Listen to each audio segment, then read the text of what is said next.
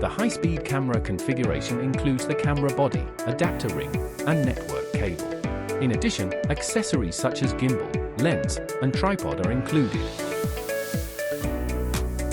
First, fix the camera quick release plate to the bottom of the camera. Then, mount the gimbal onto the tripod.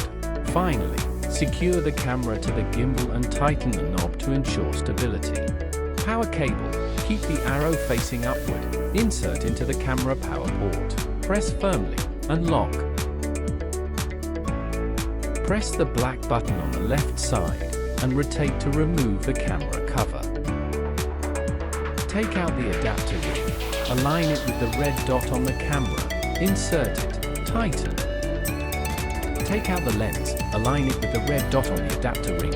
Insert it and tighten to secure.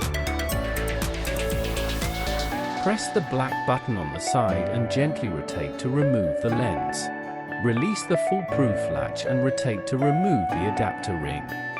Replace the camera cover and lock the foolproof latch.